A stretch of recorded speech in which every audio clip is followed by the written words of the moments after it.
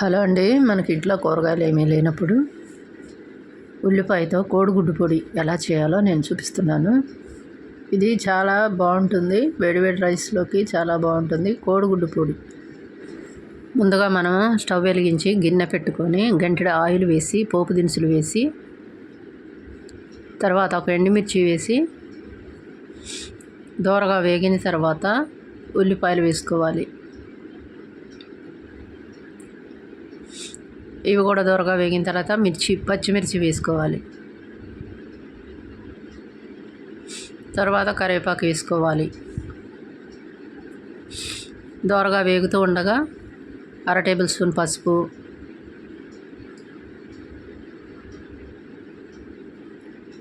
1/2 table spoon salt వేసుకోవాలి.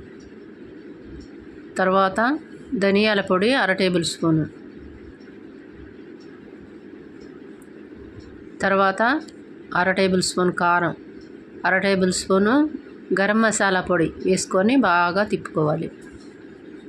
తర్వాత కోడిగుడ్డు పగలగొట్టి వేసుకొని బాగా ఫ్రై చేసుకోవాలి.